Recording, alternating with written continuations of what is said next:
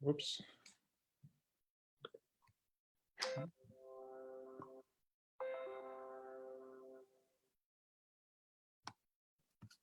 I see Chandra Kanchan.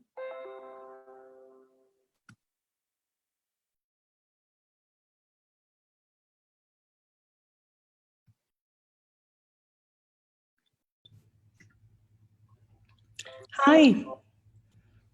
Hi, sorry to keep you all waiting. No worries, I'm glad you're here. Increase the excitement. So I got the, I miscalculated, I think, the time, but here I am. No Very nice. worries. That's terrific.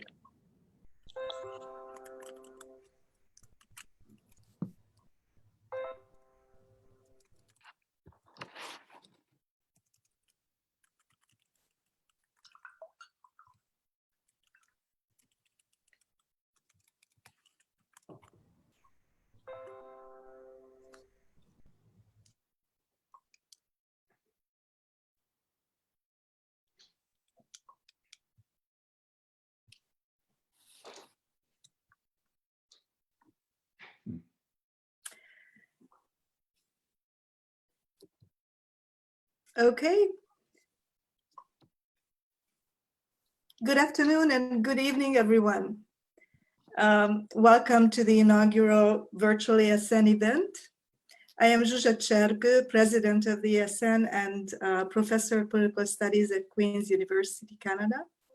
I'm delighted to welcome everyone.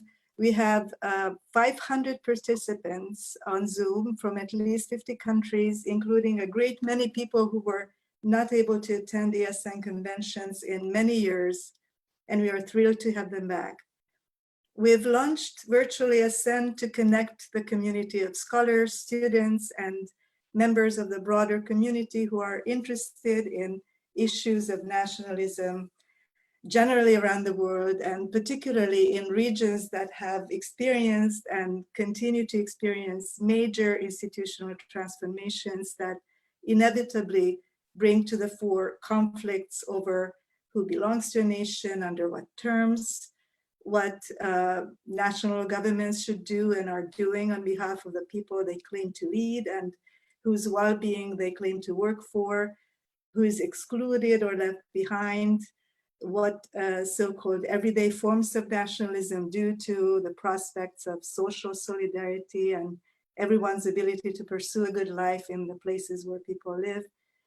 And our current condition, living in a time of a global pandemic, really reveals the significance of these questions and the significance of our need to advance the general understanding about nationalism. On behalf of the ASN, I've invited 4 leading scholars in the field to share their thoughts with us on these questions. And I'm now going to introduce them. Florian Bieber holds the Jean Monnet Chair in the Europeanization of Southeastern Europe and is director of the Center for Southeast European Studies at the University of Graz, Austria.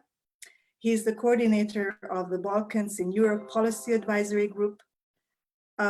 He has, among many influential studies that he has published, he recently published a book titled The Rise of Authoritarianism in the Western Balkans, came out from Palgrave in 2020. And also this year, his book, Debating Nationalism, The Global Spread of Nations, came out from Bloomsbury. Kanchan Chandra is a professor of politics at New York University in New York and Abu Dhabi, and is also the former chair of NYU's South Asia program with a specialization in the study of democracy, ethnic identity politics, and South Asian politics. She is the author or lead author of Democratic Dynasties, Cambridge University Press, 2016, Constructivist Theories of Ethnic Politics, came out from Oxford University Press in 2012, and Why Ethnic Parties Succeed, came out from Cambridge in 2004, and many articles in several leading journals. John Hall is the James McGill Professor of Comparative Historical Sociology at McGill University, and he's the author of numerous books, including books on nationalism, including an intellectual biography of Ernest Gellner that came out in 2010, and an account of the political economy of small and homogeneous nation states, which is titled The Paradox of Vulnerability, came out in 2017 with co-authored with John Campbell. And Gwendoline Sasse, she's the director of the Center for East European and International Studies, ZOIS in Berlin. She's been doing this, leading the center since 2016. She's also professor of comparative politics at the University of Oxford, a professorial fellow at Nuffield College, and a non-resident senior fellow at Carnegie Europe. Her research interests include post-communist transitions, especially Ukraine and Russia, ethnic conflict, war, displacement, migration. Her current research focuses on the war in Eastern Ukraine, with attitudes in Russia, youth attitudes, I should say, in Russia, and relationship between voice and exit. And I will just mention her book, The Crimea Question, Identity, Transition, and Conflict, which came out from Harvard first in 2007, and then a paperback in 2014, which won the Alexander Nobel Prize of the British Association for Slavonic and East European Studies. And she is currently writing a monograph on political remittances, which will come out with Oxford University Press. So I have asked each of these scholars to present their thoughts briefly in the first part of this symposium. After those presentations, there will be a question and answer period that I will moderate in the following way. All of you, all participants on Zoom are invited to use the chat box in Zoom. And those of you on Facebook, please send in comments and questions. I will monitor the comments and will also receive help from my colleagues on the ASN team. And I will most likely need to group individual questions together into theme questions that I will direct to our panelists. And I will ask our panelists to respond to your questions as well as they can, and we'll do our very best. We have an hour and a half for this webinar, so we will be very busy, and there will be activity going on in the background to make it work. But we are very excited to do this, and I hope that it will be thought-inspiring and it will spark some new ideas for each of us. And now I will ask Professor Florian Bieber to present his thoughts. Thank you, Zsuzsa, for the introduction. And I mean, I'm also very glad to be, although normally I, like so many of the participants, would be in New York at the moment, at Columbia, and sharing our thoughts in a much more conducive environment to intellectual exchange than this. But I think it's at least a good, not replacement, but at least a good substitute, considering the circumstances, better than just sitting at home and not being able to exchange ideas. And it seems very timely, in fact, to do so. So I'll start out with sharing some of my reflections, and they're part of a piece which I've been writing, which will be published in the coming days with Nationalities Papers, which is kind of a reflection on what this pandemic and the government responses might mean for nationalism and the study of nationalism. And of course, these can only be preliminary. They only can be, I mean, even speculative, but I think it's good to have a conversation going about this. This is why this, I think, event is so important. At the beginning of the crisis, there was an article by Nigel Farage, who most people will know as the leader of the Brexit party and a longtime advocate of British departure from the European Union, in which he was gloating. He said, we're all nationalists now. He claimed that basically we all were now nationalists as a result of the pandemic. Now, I want to kind of argue in my few minutes that he's both right and wrong. Of course, in many ways, we're all nationalists because we live in a national world, in a world which is structured along nations and nation states. So nothing changed in March when he published his piece. But I would like to look at 4 aspects where I think it's worth exploring how the pandemic might have an impact on nationalism globally, and throw out that also for questions and comments. The first one is the kind of authoritarian dynamics. The second one is the role of bias. The third is the kind of what I would call, what has been called deglobalization. And the fourth point is kind of politics of fear. And I'll just speak to each of them very briefly and outline why I think these are worthwhile looking at. So when it comes to authoritarianism, we've seen a rise of authoritarian regimes prior to the pandemic, a decline of democracy around the world. And this is reaffirmed by numerous studies. Just the other day, Freedom House released Nations in Transit, which confirmed that countries like Poland or Hungary have rapidly de-democratized in recent years. All of these are trends which we were very much aware of before the pandemic began.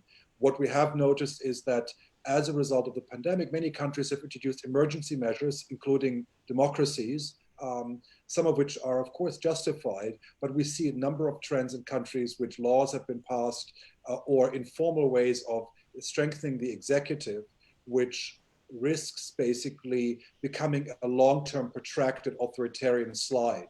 Because the end of the pandemic will not be a fixed date, but will be a gradual process, and the temptation or the ease of maintaining many of the measures of authoritarianism beyond the pandemic itself, or when it eases, is quite tempting. So I think the risk is that we're going to have an extensive period of increased authoritarianism. Now, this is not intrinsically linked to nationalism, but it has a link, because many of those regimes which have already been de-democratizing, slowly dismantling democratic institutions, like in Poland, like in Hungary, but again, we can look elsewhere as well.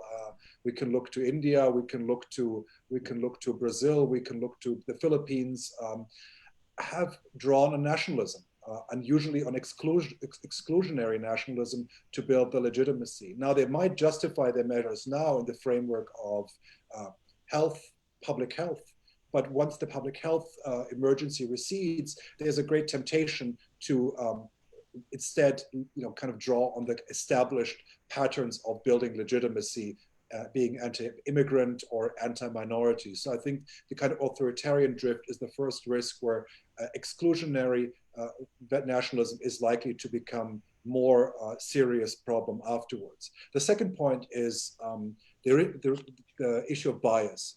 We have early reports from the United States, but also from Europe, by monitoring organizations, that we've seen a rise in hate crimes against discrimination, especially against citizens of Asian or seemingly of Chinese origin, Asian Americans or Chinese in Europe, because they are identified with the virus. And of course, we have the rhetoric as well of some politicians, not least the American president, who was kind of sought to emphasize the link between China and the disease. So this kind of bias is, of course, historically rooted of linking disease to minority and vulnerable groups.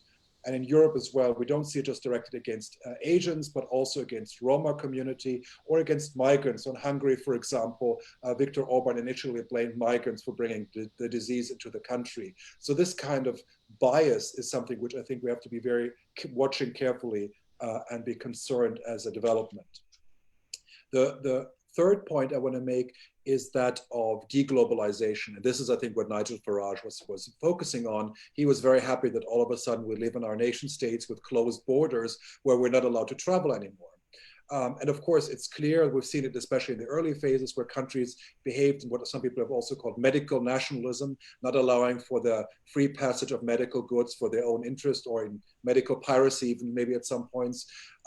So where countries behaved very selfishly in a certain way, and solidarity was undermined, even in relatively well-structured organizations of solidarity like the European Union. Now, I think there I would be much more skeptical whether this is going to be a permanent state, because I think for the first time citizens from, let's say, privileged countries experience being locked in. The kind of common phenomena which most citizens around the world are experiencing, to require visas, to not be able to cross borders because they want to, but because they have to go through lots of loops, is something which now citizens who would be ranked very high in kind of the quality of citizenship indices before the crisis, all of a sudden have to experience as well. I cannot travel 50 kilometers from here to Maribor if I want to. I cannot go to Hungary, which is less than half an hour away from me. And of course, if you come from countries where this has become normal, this becomes all of a sudden very constraining. So I'm very skeptical that this deglobalization is transforming people into willful followers of the closed autarkic nation state. In fact, they're probably going to discover how advantageous it is to have open borders, something they always took for granted. And I've often thought, talking to people from Kosovo who needed visa to travel anywhere, and this is in Europe, but also of course elsewhere, that if only EU citizens experienced closed borders for a few weeks, they would know what it's like for those who are experiencing every day. So there I'm skeptical, but I think what we might see is some kind of medical citizenship. And this is something which I think we need to be worried about, because again, it was 100 years ago that passports became permanently instituted in the context of World War I and the following Spanish flu. Are we going to see some kind of medical passports which restrains mobility for citizens, again, of more vulnerable countries which cannot afford to provide citizens with a kind of medical infrastructure? So this is something I would worry there. And then finally, it's the politics of fear. I mean, it's what we've seen, of course, in the context of the pandemic. It's people are afraid, and in the environment of fear, it gives flourishing to conspiracy theory. So the believers in 5G networks being responsible for the pandemic, or Bill Gates or George Soros, or all of those theories which are going around, have been given fuel in a certain way by this crisis. And these, of course, often draw from a far right background. And these ideas have been spread, not exclusively, but strongly in this background. And as the economic consequences are going to hit very hard in many countries, this politics of fear is likely to flourish. And again, that is often expressed through radical exclusionary nationalism. So I would say it's those four fields where, again, it's not that the pandemic necessarily will change the world. I think the world afterwards will look a lot like the one before, but maybe some of the trends which we've seen before become accelerated or more worrying, or also more visible. So I think if we focus on those four areas, I think we probably capture some of the key developments, which at least I've noted in the last several weeks in watching what we could look around the world in terms of nationalism and the pandemic. So much for my first thoughts. Thank you very much. Thank you very much, Florian. And I would like to mention to our participants that Florian Bieber has just published an article on global nationalism in times of the COVID pandemic. It came out in the vASN's journal, Nationalities Papers, and the journal is putting together a special issue on this theme. So this is a plug-in for that. I hope you're interested, and we'll give you the link in Zoom chat and also on Facebook. And now I am going to ask Kanchan Chandra to please present your thoughts. Thank you. And I'm really so happy to be here.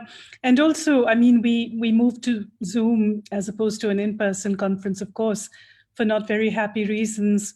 But it does provide a very happy occasion to actually speak to people from all over the world. It's a certain form of connection that maybe all of the people who signed on may not have been able to actually travel to New York. And so I think it's a very sort of sometimes good things come out of bad ones. And this is one very good thing. I'm going to speak on ethnic nationalism in particular.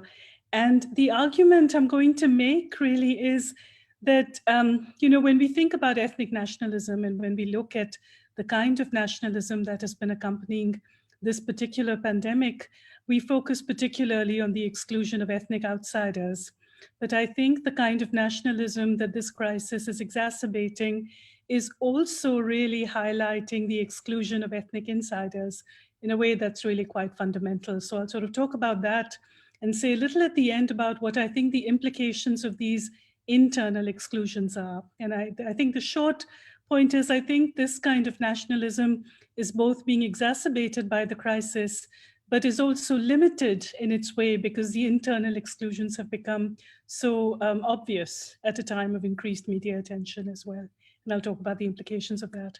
And so, some of you must have seen this. There was an article in the New York Times a few days ago about what families who've been living in motorhomes have been doing at the time of the coronavirus in the US.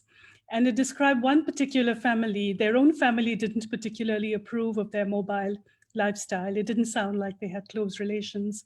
But when the coronavirus hit, they needed a place to hunker down, and they ended up in the driveway of their relatives. And they said, they disapprove of us. We never feel that this is our place. But now we share grocery shopping, and sometimes we shelter together. We sort of go into the house. And this really reminded me of one sort of classic way of thinking about ethnic identity, that just like for them, when they needed a place to go, they went to family, and family had to take you in. There's one way of thinking about ethnic groups, which says, I think many of you would have heard this, that it's your ethnic group is a group where when you have to go, they have to take you in. And there is a way in which that kind of clannishness, you see it certainly, it is sort of, in a way, reactivating family ties, even family ties that may not have been particularly welcome to start with. But it's also a kind of clannishness which is making its way to ethnic mobilization. And so, to give you an example, many of you would have seen in the Indian context, when the lockdown in India was announced in March, just masses of rural migrants. India has been going through a fundamental economic transformation, a very high level of rural to urban migration. And this rural to urban migration also takes sort of, it's disproportionate. Some regions in India producing migrants, other regions accepting them. And you had this great walk home.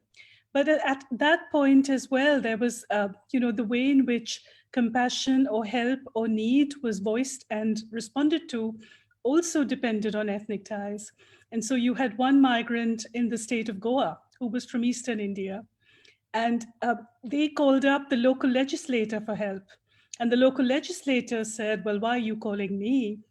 Call your legislator at home. They're the ones who are responsible for you. So it was almost as if your political representation, your ability to receive a response from the state really depended on your own ethnic identity. But now, if you go from ethnic clannishness to nationalism, we do see, I think as Florian also pointed out, this tendency towards exacerbating nationalism really almost across the board, not in every case, but almost across the board. In this sense, it's not always ethnic nationalism. It can be a civic nationalism as well. But this is a time when most nations are clearly prioritizing their citizens and not non-citizens. And so you have people closing borders, you have flights organized to bring your citizens home, you have flights organized to take non-citizens back to their homes, but that's a kind of sorting, at least on the basis of citizenship. And that kind of nationalism, there's also, I think a number of articles where we say, well, what is happening? Is COVID going to reduce global cooperation or increase it? And I think I agree with Florian, maybe with a slightly different logic, that I don't see the kind of global cooperation we are seeing now around COVID is not in any way antithetical to nationalism, because it is a form of cooperation where nation states who have battened down the hatches, who've shut their doors, are now cooperating with each other for their own national interest. And so that kind of sort of alliance between nation states with an intensified national identity is not in any sense, I think of as sort of a truly global regime where you imagine globalization is also a form of interaction which lowers some of those national barriers. And I think even here, it's not all cases. So the UAE, where I am at present, I mean, that's quite an interesting case. It's a country where the majority of the population is non-citizen. And there has been sort of a strong state, a set of strong statements on the part of the regime that do not distinguish between citizens and residents in the overt statements. What you have in France with Macron kind of openly talking about the need for countries not to close their borders, to oppose that kind of virus nationalism.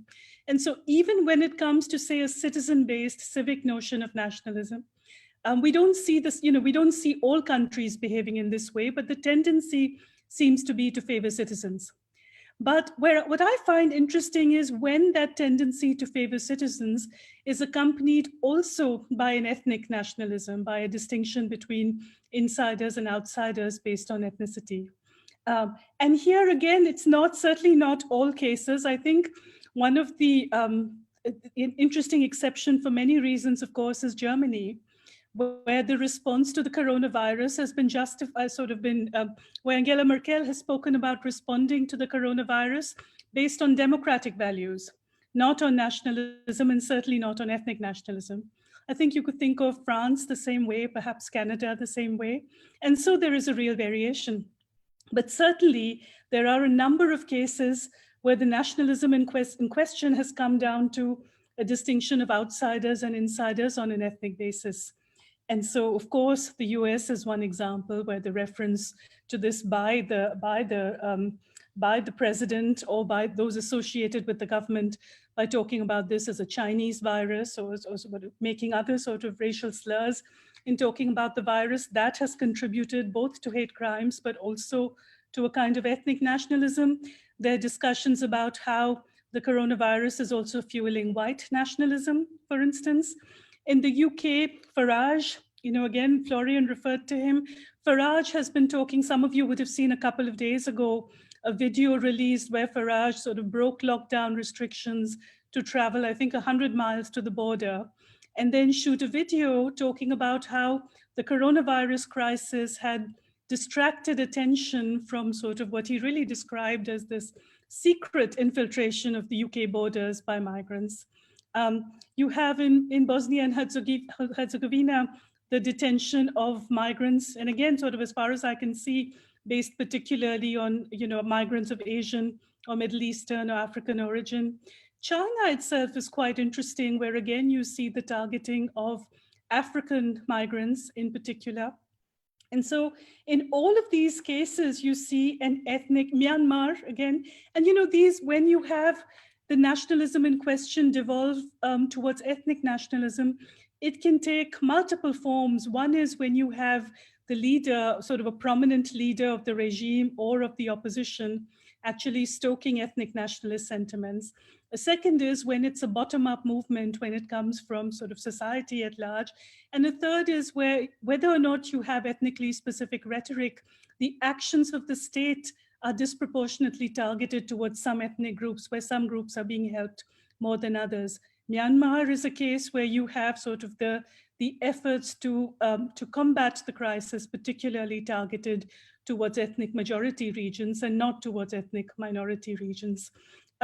India is certainly a case where the pandemic or the response to the pandemic has taken on an ethnic cast. And I think this has sort of happened both from a bottom-up level, but also on the part of the ruling party. And here, one question we could, and also one thing to highlight, some of this ethnic definition, ethnic nationalism goes all the way down to regions within federal regimes as well. So in India, you also see that kind of nationalism percolate down, where sort of you have sons of the soil movements, where some regions are more likely to help their people and leave it to others to help ethnic outsiders. And there's one question which we could explore, which I'm just going to suggest, but I myself will not go into any detail in that, which is, why does this variation exist? And it seems that it's not the variation was not created by COVID, that essentially what COVID is doing is exacerbating pre-existing nationalisms. And so if you had sort of pre-existing tendencies or movements towards this kind of scapegoating or sort of being ethnically targeting some groups and not others, then COVID has provided opportunities for that to intensify. But the thing that I want to highlight is what the likely trajectory of this kind of nationalism is. And for that, what I want to do is focus particularly on the internal exclusions. When we speak about ethnic nationalism, we've always paid attention to the demonization or the identification of an ethnic other. And you know, when I think of ethnic nationalism, I mean, using the definition, I think that most of us would, which is Benedict Anderson's notion of an imagined community. But that imagined community, when it comes to ethnic nationalism, is truly imaginary. And by saying that, I mean, sort of, you know, I mean, there are two aspects of this. They're really two different sides of the same point. That when an imagined community is created out of an ethnic group, it is an attempt to shape that sense of an imagined community out of individuals who did not see themselves as part of a community before, individuals who were not known to each other, who were not aware of a sense of connection, but where that connection was being created for the first time. And the other side, so the second point, which is really sort of a different statement of the first, is what that means is when ethnic nationalist leaders speak of an ethnic nation, they speak of it as if it has always existed. But what they're usually trying to do is create it at the same time. And the way to create it at the same time is to paper over the existing differences that exist within the community that they want to create. And so in a way, the focus on ethnic exclusions is a way, or the exclusion of the outsider, is a way to disguise and distract people from the internal exclusions. You know, the two things really go together. And I think both in the world, when you have ethnic nationalist leaders try to forge a movement, and I think also in the academy, when we study these movements, there is always a focus. We always focus on the exclusion of the ethnic outsider. And I think we don't focus enough on the internal exclusions. It's true sort of in how we study it, and then certainly true in how these nationalisms present themselves to the world.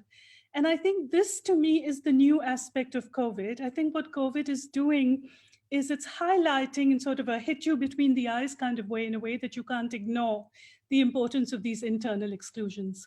So when we speak of Hindu nationalism, or we speak of ethnic nationalism in Myanmar, or speak of white nationalism in the US or the UK, it's very clear that these categories, white or Hindu or Myanmar, whatever the categories are divided on the basis of age and gender and class and region.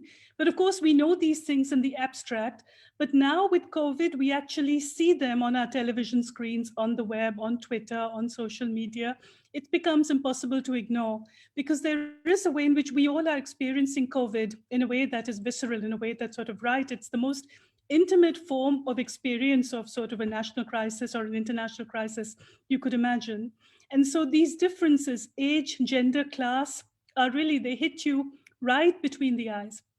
And so I think what this means is that pre-COVID, it was possible for ethnic nationalist leaders to engage in ethnic myth-making, to engage in the kind of imagination of a community. It was easier for people to buy into that myth. I think during COVID, it becomes impossible to actually buy into the myth at the same time that it is being propagated with an even greater intensity than usual.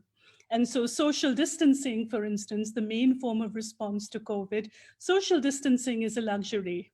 And people can sort of, again, sort of how you are, the extent to which you're able to distance depends on age, depends on class particularly. And there was an article, I think it was in The Atlantic, that said, the poor have to come close together in order for the rich to distance themselves. And so I think I'm sure I'm over time. I'll close with a few sentences. I think what this suggests is a paradox. And the paradox is the following, that at the same time that you have COVID actually intensify existing ethnic nationalisms, you also COVID at the same time produces an inbuilt limit to that kind of ethnic nationalism. I think what it does is it produces a kind of ethnic nationalism which is trapped midway between inception and success. And what are the implications that might have? What is the likely trajectory? Here, I think there are two possibilities. One is a dangerous one, and which is to say most ethnic nationalisms, the most dangerous ethnic nationalisms, are the ones that are trapped in this midway stage, that are actually trying to forge a following that they don't have yet. Because when the nationalism is very weak, it's not it's almost a tautology, it's not strong enough to reckon with. And when it is successful, it actually doesn't have the same incentive to mobilize. But it's these sort of midway nationalisms that can end up being the most dangerous. And so one argument to say that, if these are nationalisms that are trapped midway, that have sort of an automatic limit to the extent to which they can mobilize, they also might be at their most virulent stage. But there's another possibility, which is that if it is class particularly, I think other identities also are equally important, but I've been thinking the most about class. The class politics or the class predicament that is being highlighted by COVID does not seem to me to be directed towards another community. So you have class politics without a class enemy. I think what the class politics is doing is highlighting the need for the state to be more responsive, for healthcare systems to cover a broader range of people. And if that's the case, then it's possible that this kind of inherent limit on ethnic nationalism might also open the way to a new route, to a new form of politics. But I think at this stage, everything is frozen because you have elections being sort of suspended or canceled. You don't have, right now under COVID, there's no clear space for dissent. And so I think which form of politics is likely to result is a very open question that requires, to some extent, the opening of opportunities for political mobilization again. I'll stop here. Thank you.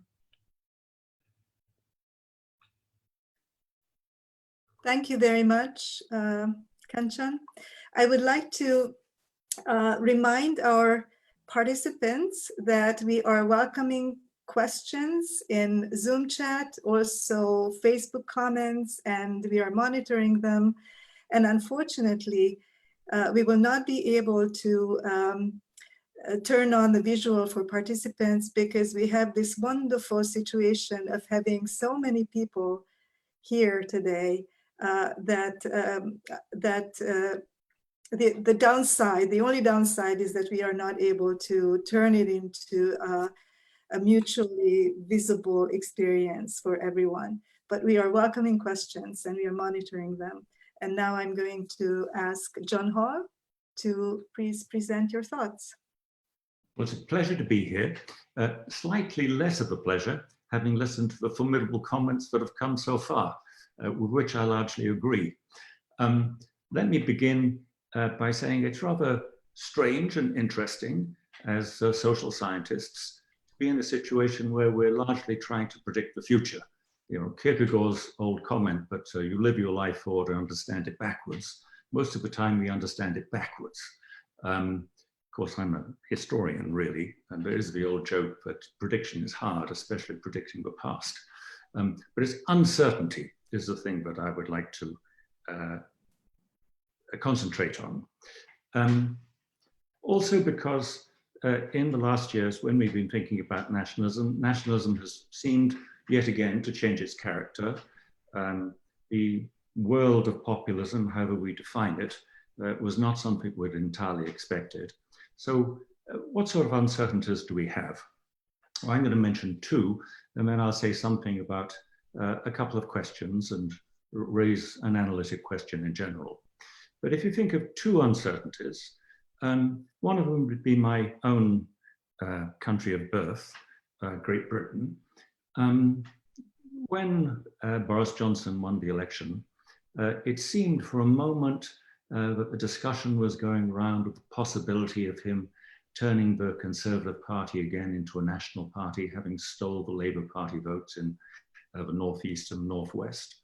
And there was a lot of discussion, a lot of evidence for that, but it's changed. It's changed partly for internal reasons, because of a better and more capable Labour Party leader. But it's also changed because the symbol of the National Health Service, a particular cultural element in Britain, as Chandra says, which is there, is played more strongly, means that now everything is up for grabs. No one really should put any money on what's going to happen to British politics in the near future. COVID and the National Health Service has changed that enormously. It's an open book, and I'm not prepared to take bets on which way it's going. Much more important is the United States, and I'll come back to the United States. The question that is in front of all of us is, do we know if Donald Trump can win another election? Is it the case that this country, which always in its political repertoire has had conspiracy theories, enormous numbers of people who are suffering economically in terrible ways, 32 million people unemployed, is it the case that he's going to be able to rally that base or not? I think this is, I have my guess, and I would take a bet on that, but I won't tell you what it is.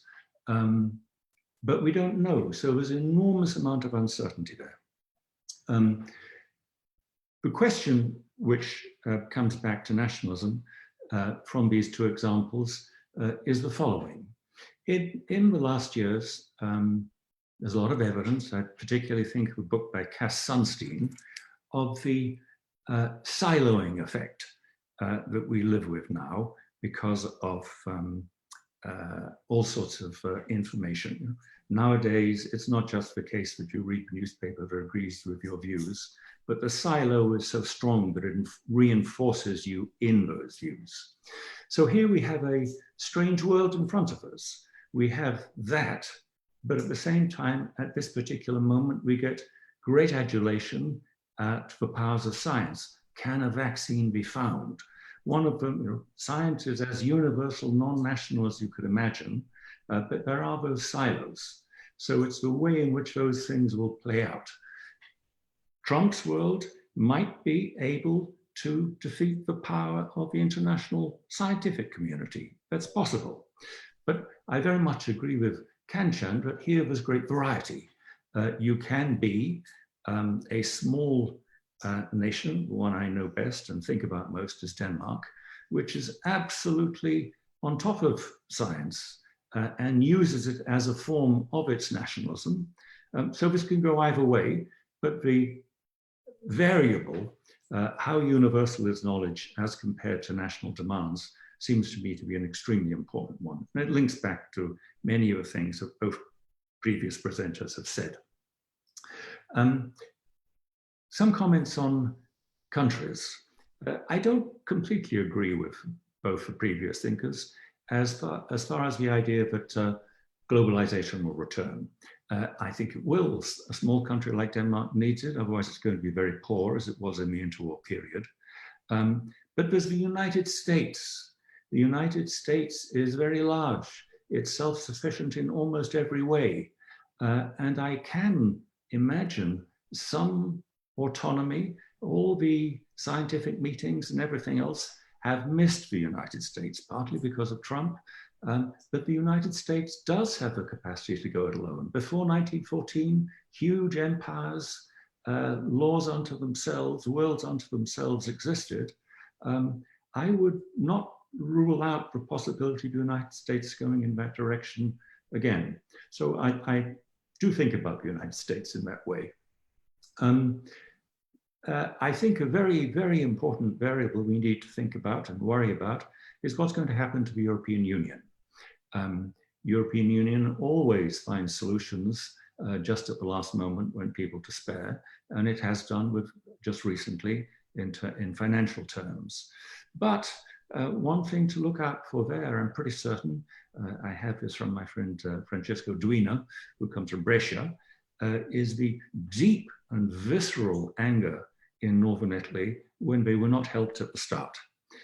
So he knows this world and he's predicting the very great danger of there being some very serious reaction to it. I'll have one final comment, one final country, also a British background, which is Ireland. I'll make a prediction here. Now, take small bets on it. I think the possibilities of Irish unification have increased enormously. They were becoming strong because in the north they're going to see a prosperous south. They're going to suffer terribly through Brexit. But now they see a south which a republic which is intelligent, acted fast, closed its schools quicker than was the case in the north, although in the north the two communities closed their schools at different times. I suspect that there will be, I never thought I'd be able to say this in my life.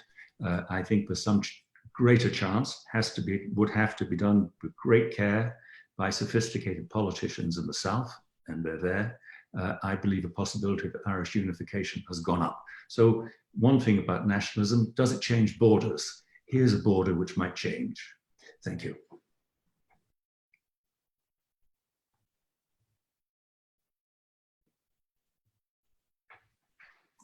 Thank you very much, John. Before turning to Gwendolyn Sasse, I would like to let everyone know that we now have, I believe, what was the last number? Over about 300 engagements on Facebook, and 1,351 people were reached just a few minutes ago. And we have a large audience also on Zoom. And I think this is a good time for me to do another plug for ASN to remind people to visit our website. We have a donate button there. And so if you have anything in mind along that line, please go and visit our website and donate if you can, because anything that we receive goes into our ability, our capacity to maintain the network, to support younger scholars, to support, to probably, possibly, finally, maybe create some other ways of support for our doctoral students and junior scholars. So thank you so much for listening to that as well. And now I'm going to ask Gwen Sasse to present her thoughts. Yes, thank you very much. And first of all, also for me, congratulations on this event, organizing it. I hope this will be the first of many virtual ASN events this year. And then next year we'll of course all be back. Now, as a fourth speaker, it's getting harder to find new angles, but I will also try to pick up some of the elements of the previous speakers. I think the starting point really is one that the pandemic is a crisis situation. And like other crisis situations, it gives social scientists the possibility to look at some more hidden processes. It might make certain things more visible. Some things might become more exaggerated. Others, and previous speakers have said this already, might simply be reinforced. So I think we should also be careful not to expect and see change everywhere. So maybe it's more a continuation of certain trends. And there's also the possibility that on certain things, it will have a very limited or no effect. So I think what we're starting today is really a preliminary discussion of very open research questions. This goes back to also what John said about uncertainty being at various levels, a key characteristics of this crisis. I'm also wondering how many of the effects will be temporary and how many will be more permanent. And I think, again, it's a true research question. We don't know. And we can, I think, today begin to formulate some empirical questions which we will need to engage in more and also collect data on and discuss more. So I see my little contribution as one way to begin to formulate some of these research questions.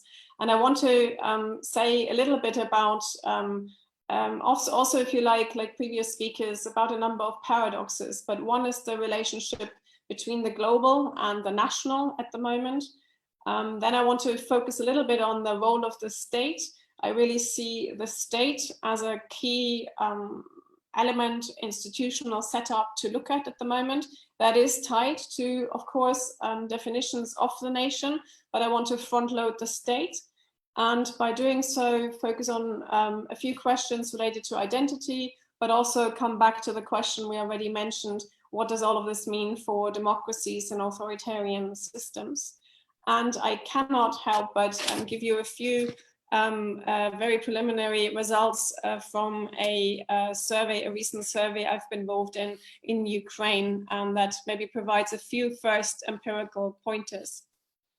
But on the first point, that the paradox really about this relationship between the global and the national that we're seeing at the moment, the pandemic is clearly a global phenomenon, and the virus, as has been said many times, doesn't stop at national borders, but the responses have been predominantly national. But on the one hand, this is not just a myth, because closing borders has an effect on limiting contact. So there is a kind of a reality underlying that. But it also, of course, reinforces a sense of that the virus has to be or can be managed at a national level. The EU was already mentioned. I think here it's particularly obvious that an institution like the EU struggled or was actually not very present initially.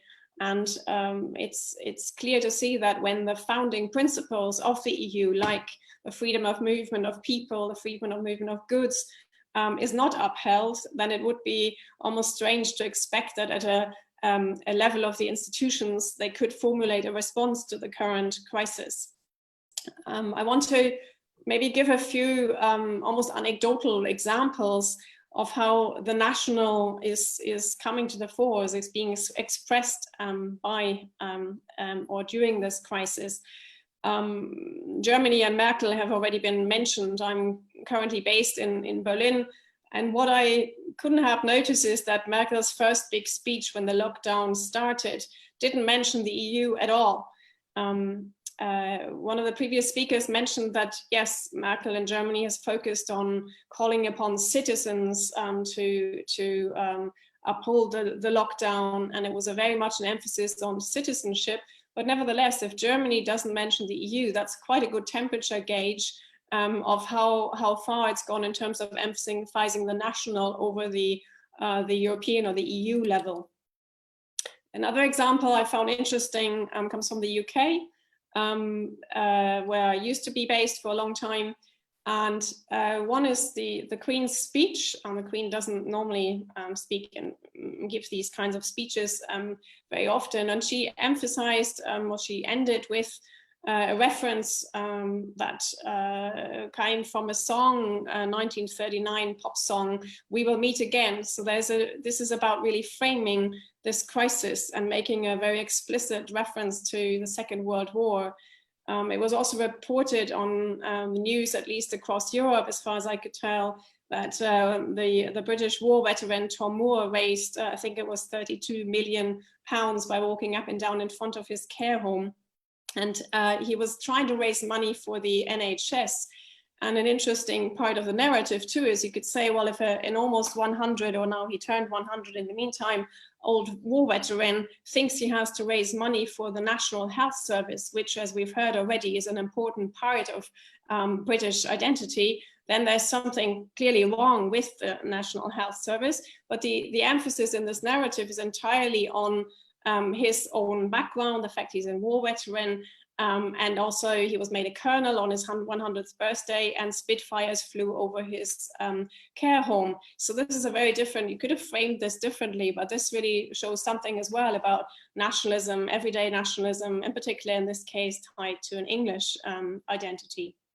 And the third example I want to point to is Russia. And there are two events really of great importance for the official national rhetoric of what Russia as a state is about, so ultimately as a nation, had to be cancelled due to COVID. So one was the constitutional referendum after the very rushed constitutional changes masterminded by President Putin. And the other one is, of course, the victory parade. So the 9th of May this year cannot be conducted in the way it was planned. And this was would have been a large-scale public display of Russian military strength, also for national and international consumption. So two events of high symbolic importance could not take place, and they're sort of postponed. but that leaves sort of at least a temporary gap in this very open display of a certain type of nationalism. I want to say a few words about the role of the state, which I really see as the key thing that has changed, at least temporarily. And we've mentioned already that as a general trend, executive decision-making has become more visible in democracies and in authoritarian systems. That was the case anyway. Presidents, prime ministers have generally called upon citizens. So here, I want to really emphasize again that for the moment, I see a lot of emphasis, at least in the rhetoric, on civic identities. So I think this is one of the, linking it up with what previous speakers have said, one of the kind of maybe tensions or trends to watch out for, whether that civicness will disintegrate more as we go forward, or whether these are actually also parallel lines that will continue to exist. For the moment, I think I see more of a tendency across different political regimes to emphasize the civic, because everything else would be probably politically more, could be riskier. But then whether that can be upheld going forward, when in particular the economic implications of this crisis become obvious, is obviously to be seen. I also think that as part of the role of the state changing or becoming more important, is that there are more expectations now from society directed at the state level. And here I think the tendency might also be one to watch, because it's not only pointing towards more authoritarian tendencies. These also, this tendency or this trend that there's expectation that the state will manage this, depending on the extent to which the pandemic can be managed. This could also be a risk for authoritarian regimes or authoritarian trends within democracies. So if the crisis, which is not one that even authoritarian leaders can manage very efficiently, and they don't know if they can manage it, so this is not the kind of crisis that they will like to manage. So what at the moment looks perhaps like authoritarian regimes having control mechanisms that hold more quickly, I think this can easily switch if the pandemic is seen to get out of control, and if underlying structural weaknesses of the states, in particular in the health system and also in the economy, become obvious. I just saw that one of the questions in the chat was already about the importance perhaps of local and regional developments.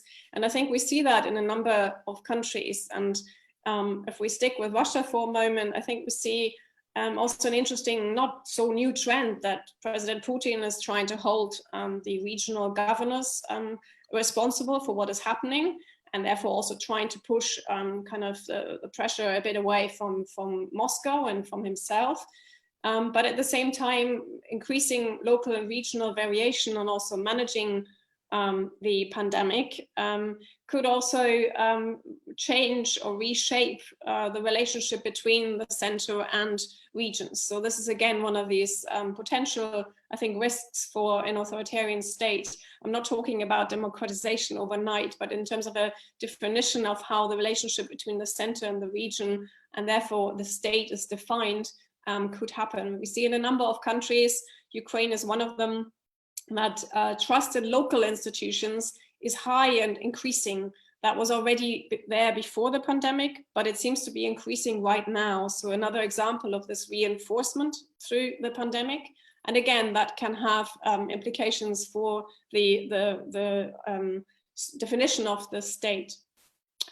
In terms of the pandemic and its impact on wars, I cannot but bring up the war in Eastern Ukraine, which is not an ethnic war, not an internal war.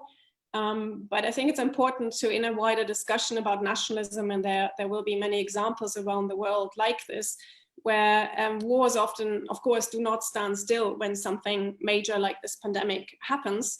And dynamics on the ground evolve, partly shaped by the pandemic and partly not. I think we can definitely see that a war that is already not very present in international discussions, or doesn't get much international attention, is getting even less so now. this may, to some extent, also be convenient for the President Zelensky in Ukraine, because the promise he started his presidency with to end the war may give him a little more leverage now, and he's not immediately measured against that. But at the same time, the war has serious implications. This is one of many examples of how this has serious consequences for the local population. So if we think that the contact line is closed, usually there are many crossings still, despite the difficulty of this type of crossing. Particularly elderly people from the non-government controlled areas can't collect their pensions on the government controlled side. Greater economic and humanitarian consequences already unfolding. And also an aspect where it shows that a pandemic can also be manipulated, namely that the OSCE mission, the special monitoring mission, doesn't have, or has even less access at the moment to the non-government controlled areas. So that in particular from the Russian side, this is also being manipulated or used. The restriction on contact can obviously be used in these wars. So that, I think, is just a few examples. The overall effect, I think, is primarily one that there's less emphasis, even less emphasis on negotiating a way out of this war, but at the same time, costs for the local population rise, and possibly generally the economic situation will give rise to additional costs, even costs on the Russian side. But the implications of that are not clear yet. I said, and I think I'm almost at my time limit, I wanted to draw on a few survey results. I've been engaged in a project with a number of colleagues, all very familiar to the wider ASN community, Olga Ono, Henry Hale, and Volodymyr Kulik. We were planning to have a larger survey in the field, a face-to-face survey, and then couldn't do this. So we have instead included a number of questions in a nationally representative telephone survey run by KIS in Kiev in April, the 22nd to the 24th of April. And these are we've just literally had the data for a few days, but we can see that a number of trends sort of continue. So we don't see on a number of the identity issues, we don't see a massive change, and that would also probably not be expected. We still see a strong notion of Ukrainian citizenship behind a notion of Ukrainianness. Also in terms of trust levels, Zelensky's trust levels continue to go down, but we can't see an immediate impact of COVID on this. If anything, there might be a slight delay in this drop, as he is seen as managing or trying to manage the crisis. But I think one of the most interesting aspects of the new data is a number of trade-offs. So we can see that about 30% of respondents told us that they are willing to combat the virus regardless of economic costs, but a lower number, significantly lower number, said so as a trade-off with security concerns and territorial integrity issues. So there the figure is 20%. So interestingly enough, urban and older populations seem to prioritize economy and security issues more, although actually de facto they're more at risk during the pandemic. We don't see ethnic linguistic factors having an impact on these trade-offs, but region, in particular Western region, seems to make it more likely to prioritize security. And lastly, from the survey, and I'll finish there, one thing that we need to draw in or dig in deeper, but that also I think chimes with what some of the previous speakers have said when we talk about migration issues. In our survey, we find that 51% say that Ukrainians abroad, so that means Ukrainian migrants primarily, should stay abroad in order not to spread the virus. And only 14% said they should return to their fatherland because they are citizens. I don't want to overinterpret this result at this point, but I think it suggests certain notions of who belongs to the state or the nation, maybe not only in times of crisis, but maybe it comes out more now. But in terms of a brief conclusion, I would like to just emphasize again this maybe a number of paradoxes and parallel trends that we see, both an emphasis on civic identities, but also definitely scope for ethnic mobilization. And also we do see a lot of authoritarian tendencies in democracies and in authoritarian systems anyway, but there are also tendencies that point to the opposite and could also make authoritarianism something fairly risky. And I'll leave it here. Thank you, Gwen. And this last point you made about the possibility of civic nationalism strengthening, but at the same time, the possibility of ethnic nationalism strengthening as well, is something that's been addressed in several of the questions. And I'm going to actually ask a question that came from someone who was specifically interested in the Serbian case. I'm going to ask both Kanchan and Florian to address those, because the question had to be with the following. It's whether you see a possibility that we might be shifting to a more civic kind of nationalism in those examples, such as in Serbia, where the president has, on the one hand, blamed ethnic Serbs living in other countries for bringing the virus back home. And so on the other hand, there's this discussion of state resources, Serbian state resources to go only to people who are actually living in Serbia. So this is an example for the case, but the broader question I'm asking Kanchan to address first is the question of, so what is this? There has been this debate, this ongoing debate about civic and ethnic nationalism. So what's going on? How is this effect? What is this showing us? Shall I? So yeah, please. Yeah. I mean, I think it's a terrific question. I think, of course, without I'll maybe answer it analytically, because of course, you know, we all, I mean, I have sort of access to a limited set of examples. The examples I think of, I don't see, you know, I see these as two distinct trends, and I see more examples of an ethnic nationalism. But when I think about what could produce civic nationalism in this case, thinking about the Serbian case, or maybe even the Ukrainian survey data, I wonder if you're more likely to see civic nationalism in cases where the countries or the populations in question are small and relatively equal. Because when you have both a small population and relative equality, there is often no conflict between the ethnic or the national community, you know? And I'm thinking, for instance, also of the case of Iceland, where, I mean, from what I read, there is sort of a real sense of maybe civic identity in responding to this pandemic. But in countries, and you'd say particularly large countries or countries with high levels of inequality, there are either always people who can be tested, but there are also always large sections of the population who are, you know, who are going to experience the effects of COVID differently. And I think when you have that scale of inequality, there is always room for a certain kind of targeting or scapegoating, which is either of the in-group or members of the out-group. And so my sense is I don't see the likelihood of ethnic nationalism turning into civic nationalism in most cases. But Thank you very much, Kanchan. Florian, would you like to comment briefly on the Serbian case, how you see that?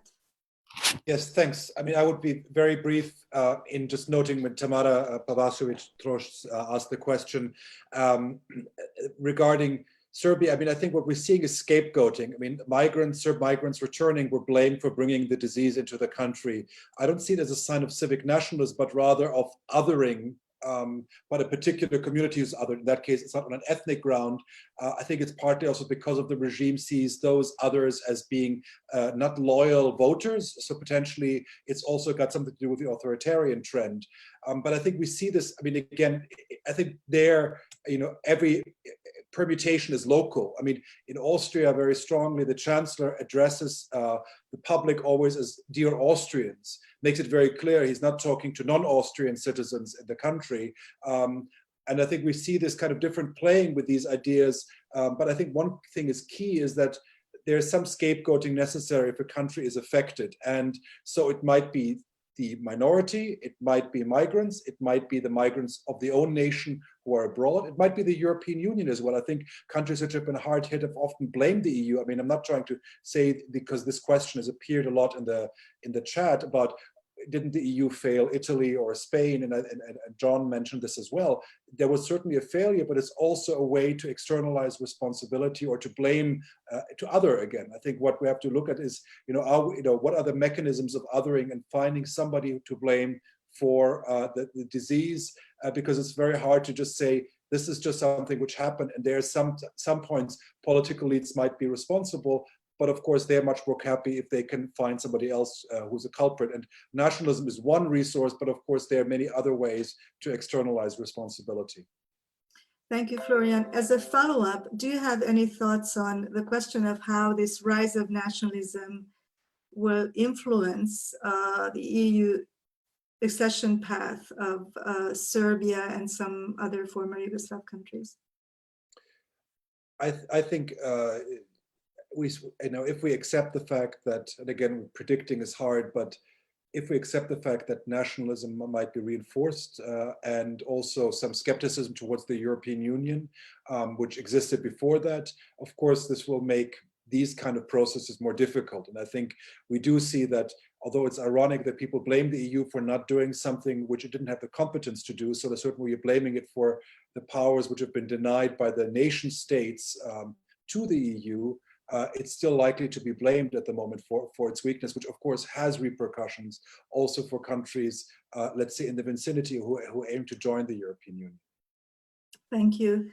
To John Hall, there were several questions about the state of how this is impacting democracy in the world generally. And I'm asking you as the historical sociologist to comment on this, if you would. There was one comment on how during extraordinary times extremists can shift perceptions and redefine reality for the larger community, and especially this comment on squeezing out the moderate middle and making an extremism dominate the public sphere. This is something that democracy theorists have written about. And so whether you see something, what are your thoughts on this? I have one thought. It goes back a little to something that Gwendolyn said. She was making comments as to authoritarian regimes failing, therefore a movement to some different sort of state. In the long view, Piketty and other people have pointed out that there was a fundamental compression of incomes. Incomes matter, they're related to inclusion, they're related to diminishing certain national conflicts. That was because of mass participation in World War, which really did change very dramatically for quite a long period in the post-war year, changed everything. 2008 seemed like a crisis which was going to change things. It changed almost nothing.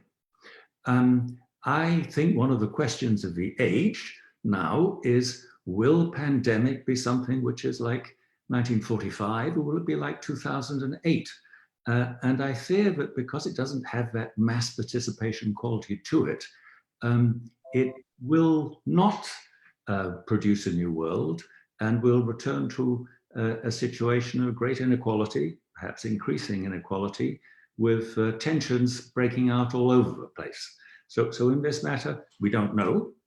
We will have to see. But in this matter, at the moment, I feel pessimistic. Thank you.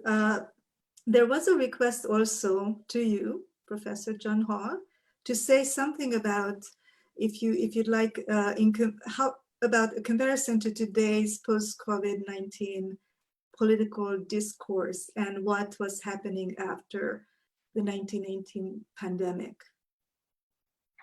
If you have any thoughts on how that affected public discourse. I can't answer because I don't know about public discourse after the First World War, except in the most general terms. After the First World War, there was, in British language, a return to normalcy. There was not the creation of a new world, whereas there distinctively was in 1945. The way these two wars ended is a subject in itself, but let us hope, let's hope it's like 1945, not like 1918. 1918, of course, is a world which is a catastrophe for nationalism. Endless new states in Central Europe, most of them non-viable, with arguments of their own, minorities of their own, and so on. We're not in that place. So there's a difference there. But I don't know the specifics about the discourse at the end of the First World War. Thank you. Gwen, there were several questions also about how this affects the European Union. And although your research has been mostly, the more recent research is mostly on Ukraine and Russia, I would like to ask you about this because you are sitting in Germany. And I know that you're following that discourse, political discourse there as well. There was a question about whether there's a macro fracture, says this participant, between the southern and northern macro areas because of the forecast economic crisis that will eventually impact the Union. Even a mention of pan-Germanism and pan-Latinism. Yeah.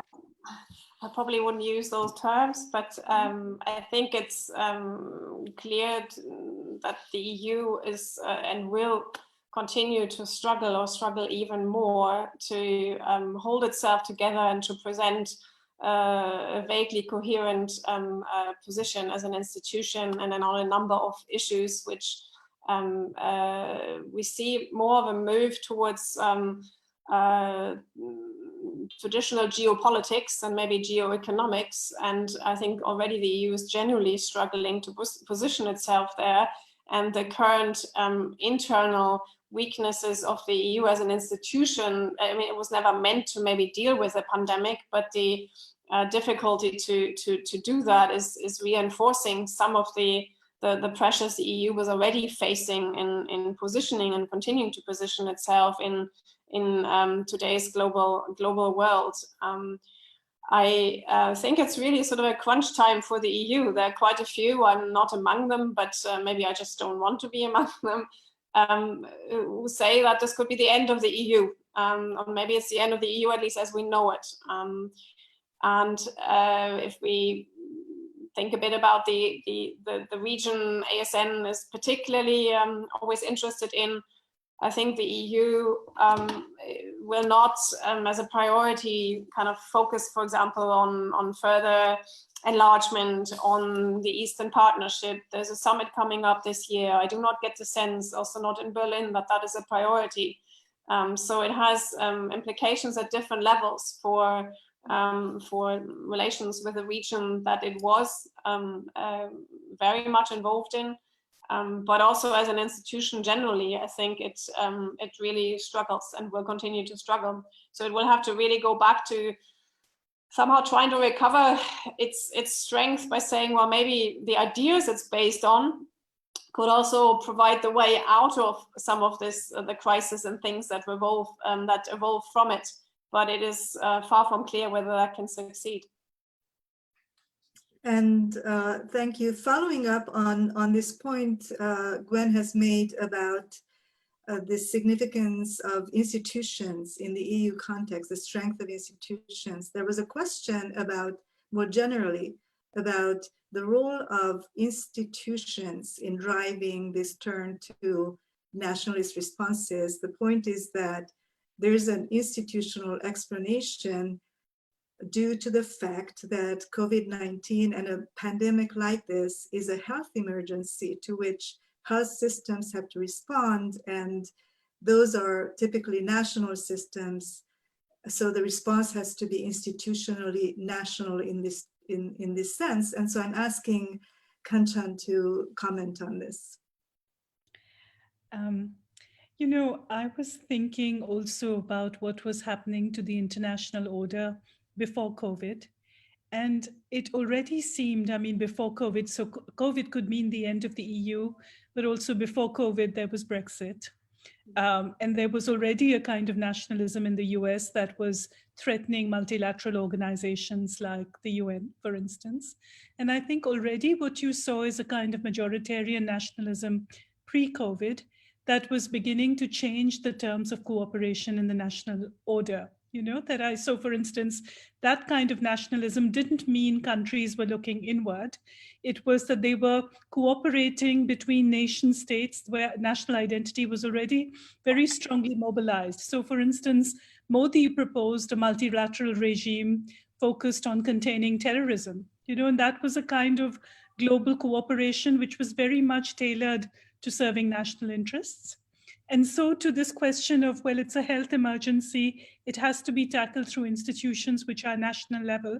I agree very much with the question. I do see, you know, I don't think this is going to produce a kind of globalization where you see national identity going down or national barriers being lowered. But maybe one way to think of it is maybe a shift from the kind of EU-based open borders, weak national identity kind of model of international cooperation to to essentially alliances between nation states with very strong national identities.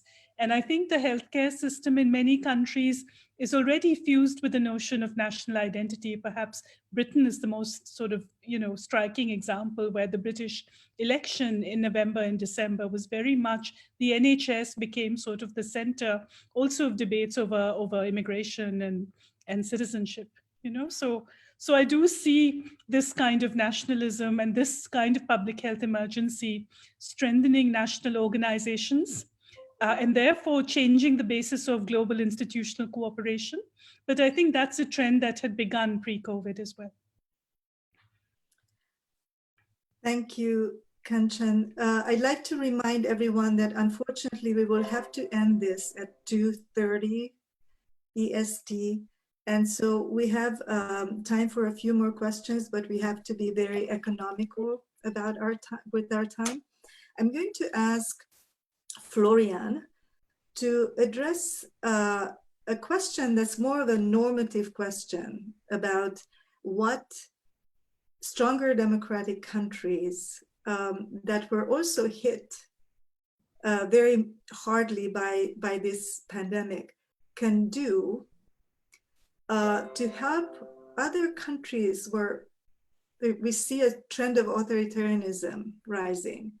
What can they do for democracy in the world, to help strengthen democracy in the world? This goes back to the broader question that was also addressed from a more historical perspective by John, and I would like to ask you to comment on it on normatively, what you can suggest for today. Well, I would argue that, I mean, first of all, the best way is to lead by example. So I think, you know, if democracies are taking extraordinary measures, they should be within certain parameters. One of them is to be proportional, to be limited in time, to be communicated openly and publicly to the citizens. And what is also, I think, very important is to, you know, kind of include political opposition, for example. So not to give those kind of autocrats like Viktor Orban or others arguments where they can say, well, look, but France is doing it, or Germany is doing it. I mean, I'm not saying these are concrete examples, but not providing ammunition for those who seek to undermine democratic rules by pointing to established consolidated democracies. I think also we have to be very careful, and I think this might be interesting to mention in this discussion as well, is the rhetoric of kind of securitizing, calling this a war. You know, this is people have observed this when talking about the war on terrorism or terror, the war on drugs. Again, there is not a war on pandemics. And I think President Macron particularly problematically talked about this, that we are at war. But I think this is not the right way to confront it, because it kind of securitizes it, and it justifies kind of all means necessary. And it also suggests that they are traitors or potential traitors, and that criticism is treacherous. And I think, fighting a disease requires different voices, a pluralism of opinion, not of the conspiracy theory types, but we see the best scientists of the world have different interpretations. And of course, in this moment of crisis, there isn't a clear picture. And shutting this down is dangerous. So I think from that point of view, with those rules of proportionality, limited in time, communicating those, and avoiding the kind of securitization of warlike rhetoric, democracies can lead by example. And then, of course, being clear that abolishing democracy or democratic institutions in times of crisis is not justified by the pandemic is also very important as a message. Thank you, Florian. And there is a question that I'm going to ask Gwen to address. And I'm actually pulling together several thoughts here. There was a question about, a broader question about whether COVID challenges the nation state from the bottom up. And you have already discussed some of it, but there's also, it can be tied to questions about regionalism, about whether the crisis, the way it affects so many people economically, and it also activates identifications and various forms of ethnic belonging or regional sub-state belonging. I wonder whether you would like to comment on what you see happening in this area. Yes, I think I gave some examples early on where I see that maybe putting it a bit differently now, that the fear and uncertainty that we talked about, that is very important at the moment, that it shapes perceptions, and that therefore also expectations may be directed more to the more immediate local or regional institutions, either because that's how perhaps a president tries to delegate responsibility, like in Russia, but also because that's the direct contact people have with kind of the local and regional variations, for example, of a health system. And that shapes perceptions, I think, and that's why we see in some parts of Eastern Europe, but also beyond,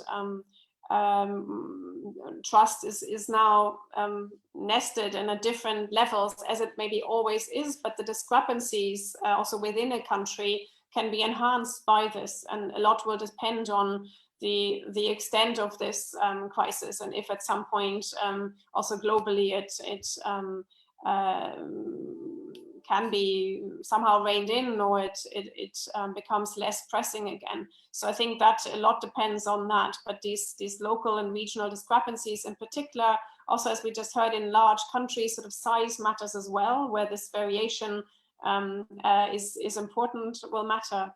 And maybe sort of as an example also from Germany, a federal state, we haven't talked much about also kind of the internal state structures, obviously shaping this as well. We've seen in the last few days, if you followed it, how also German federalism is providing now, if you like, a corrective, or is trying to be a corrective on what is seen as a too centralized approach in the first few weeks. And Merkel had to kind of roll back and sort of try and follow now the lead of a number of leaders of the various Länder, so who try to rush ahead with their own initiatives and position themselves, obviously also having political instincts in mind there. So, but it seems also, it also shows even in that kind of a system, within a democracy, within a federal system, you see these local regional discrepancies that play out in different ways. If I may add one point, because I think we've mentioned, and rightly so, we've mentioned, several of us, the authoritarian tendencies that have also crept into democracies or have been reinforced. We often point to Hungary. I agree with Florian there. I think actually the EU, for example, would need to lead by example, also to go further and also kind of talk about these issues now and criticize it and take action if it wants to maintain some sort of credibility with regard to the rule of law, but it seems everybody is busy with other issues. But we don't only see those tendencies. You might have followed the Polish news that the elections are actually not taking place this weekend. So a certain mechanism somehow stopped something from happening. And also, for example, in Germany, and I think elsewhere, populists are not always winning at the moment. I think the key question is, once the economic implications are clearer, whether that can change again. But at the moment, we also see in quite a few countries sort of this rallying around the flag in the middle of the political system, and more around where populists are not in government, at least. They are not currently benefiting so much yet. But this can, of course, change once the political dynamics change again. But I wouldn't say that populism is generally, or extremists are generally benefiting right now from it. So there is time for one last question, and I'm going to ask John Hall to address the question about China. It's a question of whether you think that there will be some change in the way nationalism in China is evolving. There hasn't been very much literature on Chinese nationalism in the general nationalism literature that we have been using in classrooms, right? But there's a new wave of propagating nationalism when the situation improves in China. And I wonder whether you have any thoughts on this, and I realize that I need to restart my video. There is some literature to do with nationalism in China. It's a little similar to a famous book by Roger Chickering, We Who Are Most German, about Germany before the First World War. Mm-hmm. And the argument of that book was that it was the middle classes, Max Weber, the great statist leagues, East and West, who felt they were excluded from a regime which was not paying enough attention to them. The regime was too much involved in the world, not nationalist enough. The joke about China when America bombed the Chinese embassy in Belgrade was they go out the first day to protest against the government, protest against America. They go out the second day to protest against America, but the third day they protest against their own government. So I think there's a considerable room for nationalism to develop. The elite is playing with fire insofar as it's playing the national card, because nationalism is not something that can easily be controlled. So what happens in China in these circumstances, something on the top, certainly something from below, is one of the things that we need to keep our eyes on.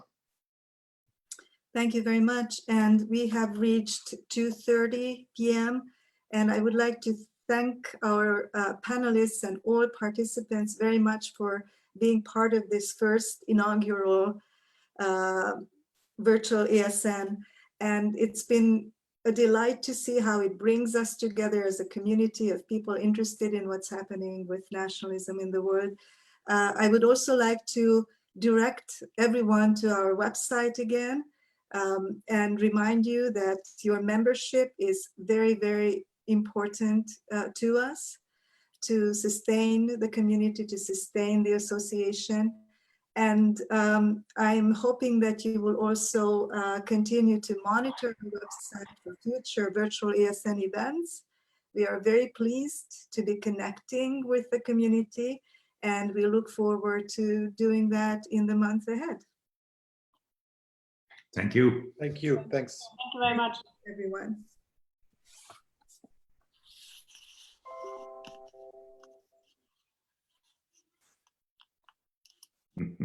This is where we have to be careful. Yes. If you're still alive or not.